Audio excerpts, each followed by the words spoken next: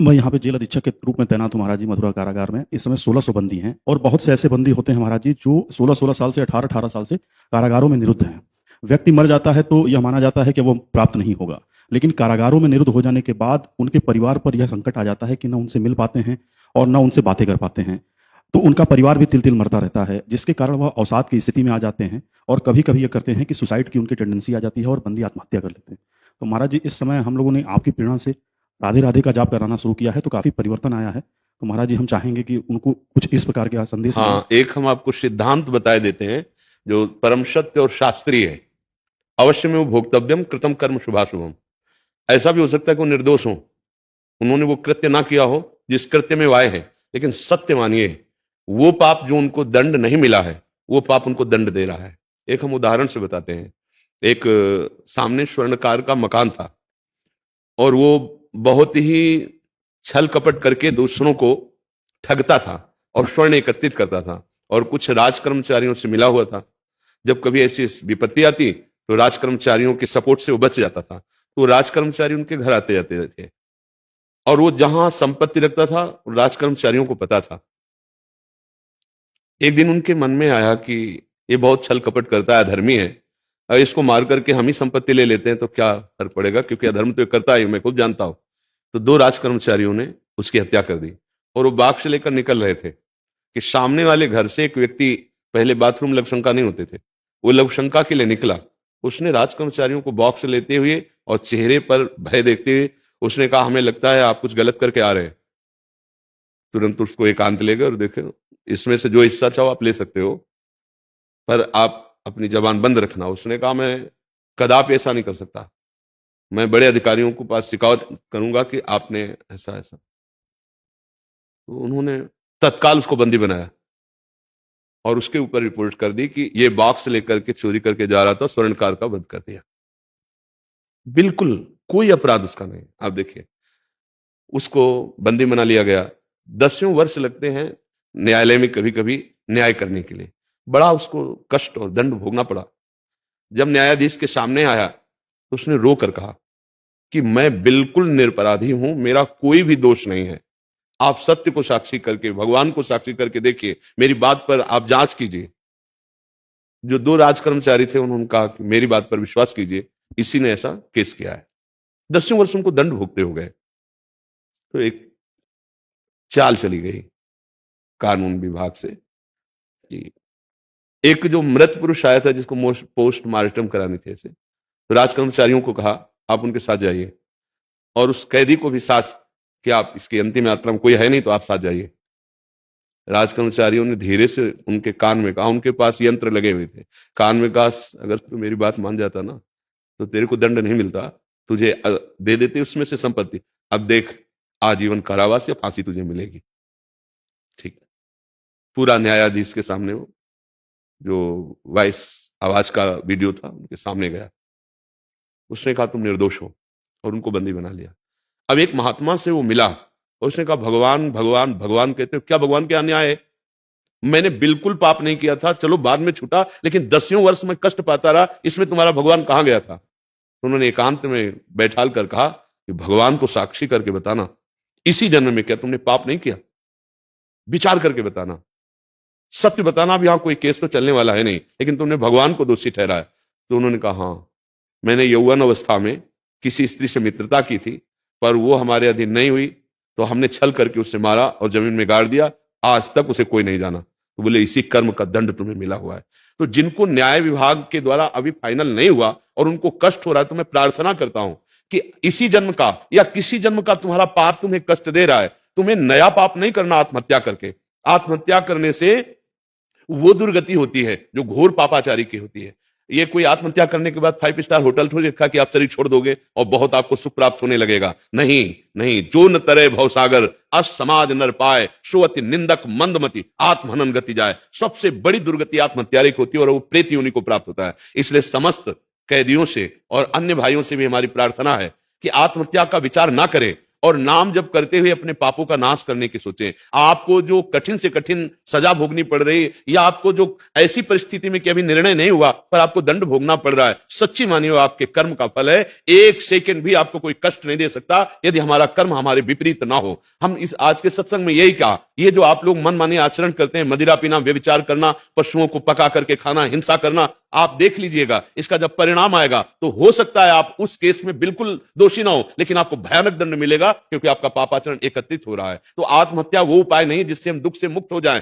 हमारा दुख से मुक्त होने का अवसर ये कि जेल मिली तो क्या हुआ, हम नाम जप करेंगे, भगवान को पुकारेंगे और अच्छे आचरण करते हुए अपने जीवन की श्वासें सच्चिदानंद में व्यतीत करेंगे। जन्म जन्म की बिगड़ी बन जाएगी, जन्म जन्म की बिगड़ी। ये जो आत्महत्या है ये कोई उपाय नहीं है दुख से छूटने का, और किसी को कोसने की जरूरत नहीं है कि हमें ये जो दंड मिल रहा है मैंने पाप नहीं किया। सत्य मानिए वो पाप अवश्य है। जब भीष्म पितामह जैसे महान भागवत को 6 महीने बाणों की सैया पर तो भगवान से पूछ रहे हैं कि मैं कई जन्मों तक देख रहा हूं प्रभु ऐसा कोई पाप नहीं, तो भगवान ने कहा और आगे देखिए, क्योंकि हम लोग अनंत जन्मों से भटक रहे हैं। इसलिए समस्त कैदियों से प्रार्थना है कि आप नाम जप कीजिए, देखिएगा आपका हृदय शीतल हो जाएगा, आप भवबंधन से मुक्त हो जाएंगे। ये तो सांसारिक कैद है, आप भवबंधन से, माया की कैद से मुक्त हो जाएंगे। आपसे गलती हुई है, काम, क्रोध, लोभ, मोह, मद, मत्सर, इनके द्वारा पापाचरण निश्चित होता है, कोई भी हो, और वो पापाचरण अवश्य में भोक्तव्यम कृतम कर्म शुभाशुभम, भगवान करे अवश्य भोगना पड़ता है। आज हमारा समाज गिरता हुआ चला जा रहा है। ये जो आज व्यभिचार की प्रवृत्ति बढ़ गई है ना, जिसको ट्रेंड कहा जाता है, ये बहुत बड़ा घातक है। हमारे राष्ट्र सेवा के लिए, हमारी समाज सेवा के लिए जितेंद्रियता और पवित्रता चाहिए। आज भ्रष्टाचार मच रहा है, नए नए बच्चे गर्लफ्रेंड बॉयफ्रेंड ऐसे गंदे आचरण कर रहे हैं, और फिर जब अनुकूलता नहीं मिलती तो हिंसा पे उतर आते हैं, जब दिमाग की शांति नष्ट हो जाती है तो व्यसनों में उतर जाते हैं। यही चल करके आगे कैदी बनेंगे और कौन बनेगा। जब हम दोस्ती करते हैं तो दोस्ती का मतलब होता है अपने दोस्त को सुखी करना, अपने दोस्त को सत्मार्ग में चलाना, अपने दोस्त को अच्छा देखना, ना कि उसका शोषण करना। बुद्धि भ्रष्ट होती जा रही। तो मनमानी आचरण हमारे कभी ना कभी हुए हैं, उनका हमें दंड मिल रहा है, तो हम पावन हो रहे हैं, हमारी दुर्गति नहीं हो रही, हम पवित्र हो रहे हैं दंड के द्वारा। अब नाम जब करें तो हमारे अंदर वो शीतलता आ जाएगी, वो ज्ञान आ जाएगा, जिससे हम जेल में रहते हुए भव जेल से मुक्त हो जाएंगे, संसार की जेल से। और परिवार वालों से प्रार्थना है कि वो व्यर्थ का दुख ना ले।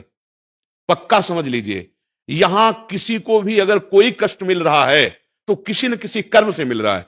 पक्का समझ लीजिए, हमारे भगवान के न्याय में इतना भी कहीं चूक नहीं हो सकती।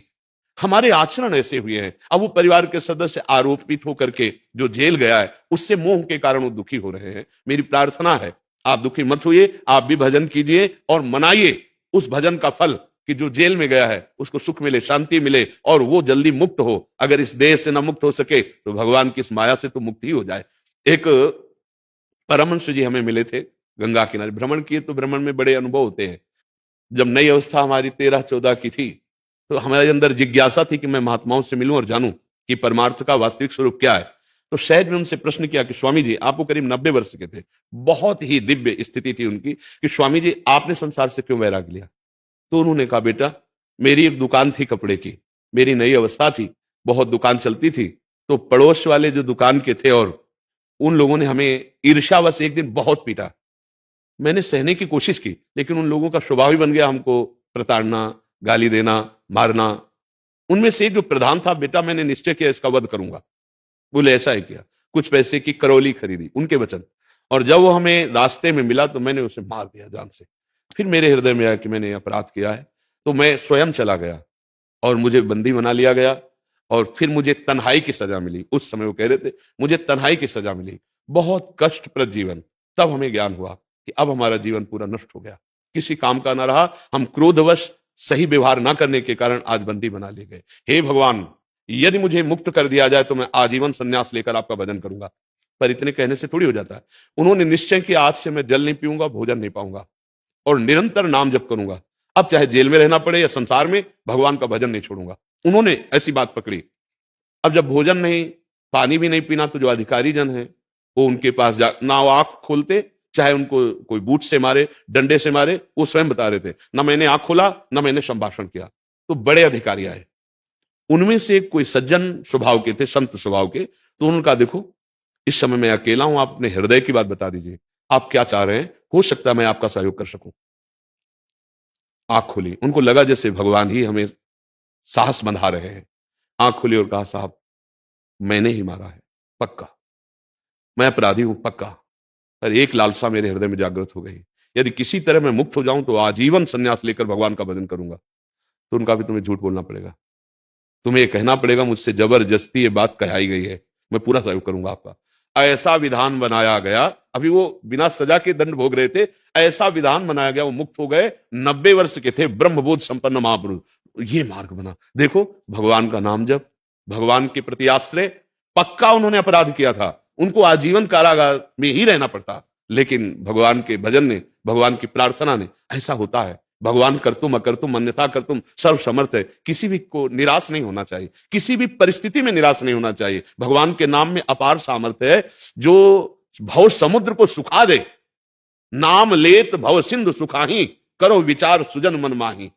जा सुनाम भव भेषज हरन घोर त्रैसूल, सोई कृपाल तो ही मोहि पर राहु सदा अनुकूल। यदि भगवान अनुकूल हो जाए तो हर बात बन जाए। हमें लगता है कैदियों से हमारे हाथ जोड़कर प्रार्थना है, वो कमजोर ना बने। अगर गलती भी हुई है तो उस गलती का जो प्रायश्चित हो रहा है, शारीरिक दंड मिल रहा है, मनमानी अब नहीं कर सकते, और नाम जप कर लीजिए, आनंदित होकर के। अगर अपने समय पे शरीर पूरा हुआ तो तुम भगवान को प्राप्त होगे। इस लोक का बिगड़ा हुआ कार्य आपका बन जाएगा। आत्महत्या करने से किसी को भी सुख की प्राप्ति नहीं होती है। घर वाले नाम जप करें, धर्म से चले, और ये शिक्षा लें कि पापाचरण नहीं करना चाहिए, नहीं तो पापाचरण एक करेगा और पूरा परिवार जलेगा। इसलिए पापाचरण जो धर्म विरुद्ध आचरण है वो किसी को भी नहीं करना चाहिए, कहीं ना कहीं वो भी सहयोगी है। अच्छा, तो जुआ खेला जा रहा है, 4 लोग खड़े केवल देख रहे हैं, पहला डंडा उनके पीठ पे पड़ता है, देखने वाले वो कहते साहब मैं नहीं खेल रहा था, खड़े क्यों हो? तो हमारा किसी भी तरह से पापाचारी से संयोग होना वो हमारे दंड का कारण बनता है। इसलिए नाम जप करो, अच्छे आचरण करो, समाज को सुख पहुंचाओ, कभी तुम्हें दुख नहीं मिलेगा। अब जो त्रुटि हो गई उससे पवित्र हो रहे हो आप जेल में, नाम जप करते हुए इस भव समुद्र से मुक्त हो जाओ। मेरी तो यही राह है कि बिना किसी अपराध के हमें कोई दंड नहीं दे सकता। को न काहू के सुख दुख कर दाता, निज कृत कर्म भोग सुन भ्राता। बिल्कुल निश्चित समझिएगा, ठीक है? कोई संशय इसमें? जी। पर यह हमें अच्छा लगा कि आप अपने कैदियों से नाम जपवाते हैं। अभी आपने कहा नहीं कि मैं नाम जपवाता हूं। एक वीडियो आया था तो उसमें हम इन्होंने भेजा था अपन को, उसमें पूरे कैदी कीर्तन कर रहे हैं महाराज। दिखाओ बाबा, है क्या आपके पास? अच्छा, ये तो बड़ी आश्चर्य भरी बात है कि कैदियों से आप राधा। ये जेल के कैदी है महाराज जी। आपने तो जेल को संत समागम बना दिया।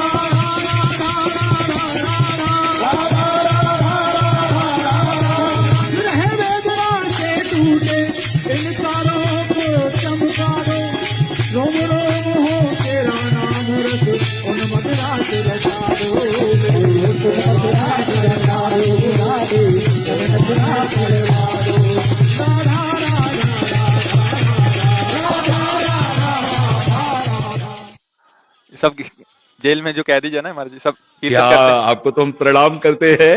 हाँ, जो जन्माष्टमी के अवसर पे कैदियों द्वारा जो वस्त्र बनाया गया था ठाकुर जी को, बिहारी जी को, इस बार धारण करवाया गया।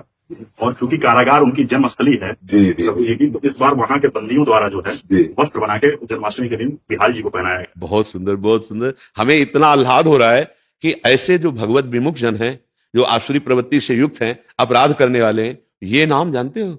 ये स्वयं श्री हरि जपते हैं, राधा राधा जपत हरि विवस तव नाम प्रतिपद विमल मनस तव ध्यान। अरे इनका परम कल्याण हो गया। एक बार राधा बोल देना तो यमराज की खोपड़ी काम नहीं करेगी कि क्या हिसाब करूं। एक बार राधा नाम की कीमत स्वयं श्री कृष्ण है, फिर उसका कभी दुर्गति हो ही नहीं। इनको तो कितनी बार नाम कीर्तन करते हुए देख रहे हैं, कितना सुंदर नाम कीर्तन कर रहे हैं और आर्त भाव से कर रहे हैं। बहुत सुंदर। सबसे ज्यादा धन्यवाद आपको कि आप अपने कैदियों का उत्साह बढ़ाएं। अगर उनको सुनाते नहीं सत्संग की बातें तो राधा नाम क्यों कीर्तन करते? बहुत सुंदर, बहुत सुंदर। सबको ऐसा करना चाहिए। अपने घर में, अपने विद्यालय में जो शत वार्ता है उसके करने से बुद्धि शुद्ध होती है। कैसी कैसी मंगलमयी बात है, कैसे दैन्य भाव से राधा राधा राधा, सब चरण छूने का मन होता है इन सबके। राधा राधा राधा।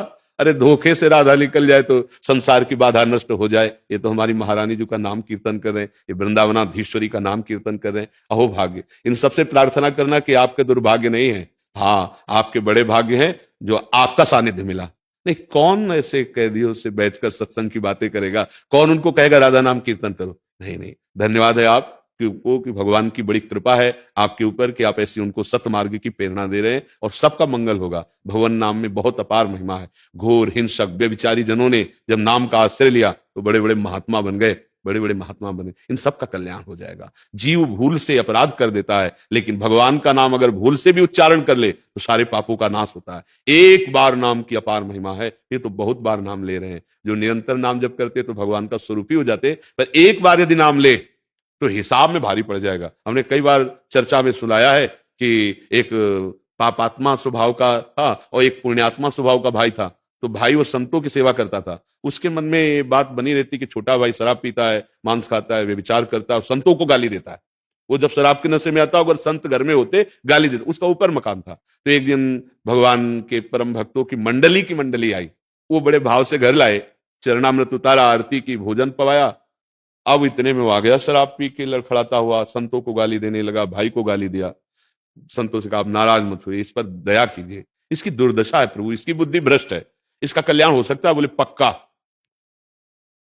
सब संत पाके कहे कि आप घर के बाहर जाओ। वो ऊपर अपने कमरे में था, भीतर से दरवाजा बंद किए गए, खटखटाया तो उसको लगा कि हो सकता है भाई हो या कौन है, क्या है। तो नशे में एकदम दरवाजा खोला, उठा पटक दिया संत ने और बोले राम बोल राम।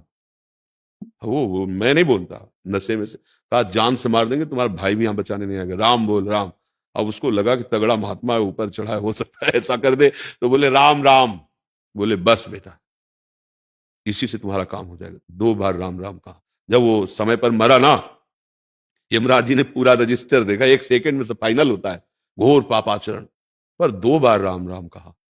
अब यमराज जी ने विचार किया क्या इसको, तो उनका भाई 2 बार राम राम कहा है, जो चाहे वो सुख ले सकता है तू, फिर बाद में तुझे नरक डालेंगे क्योंकि बहुत पाप किए। तो उसको याद आया कि राम नाम की कीमत, तो उनका बता सकते हो आप कि 2 बार राम राम कहने का फल क्या मिलेगा मुझे। अब उनकी हिम्मत नहीं पड़ी कि फाइनल में बोल सके कि राम नाम 2 बार इसके बराबर, ये हिम्मत नहीं पड़ी, क्योंकि वो परम भागवत भी है, ज्ञानी भी है। वो देवराज इंद्र के पास, देवराज इंद्र ने कहा मैं निर्णय नहीं कर सकता कि राम राम का, कई बार सुना चुके। फिर इसके बाद भगवान ब्रह्मा के पास गए, धर्मराज जी, देवराज जी, और उस जीवात्मा को लेकर और कहा प्रभु परमेष्ठी पद सबसे बड़ा पद है इस त्रिभुवन में, प्रभु ये महापापी 2 बार इसने राम राम कहा, अब ये कहता राम नाम का फल क्या होगा। तो प्रभु हम सबकी तो बुद्धि काम नहीं करती कि राम नाम के बराबर हम स्वर्ग सुख या अमुक सुख। ब्रह्मा जी भी ने कहा कि भगवान के नाम का फल ये तो मैं नहीं बता सकता, ये तो भगवान शंकर बता सकते हो, निरंतर जपते हैं।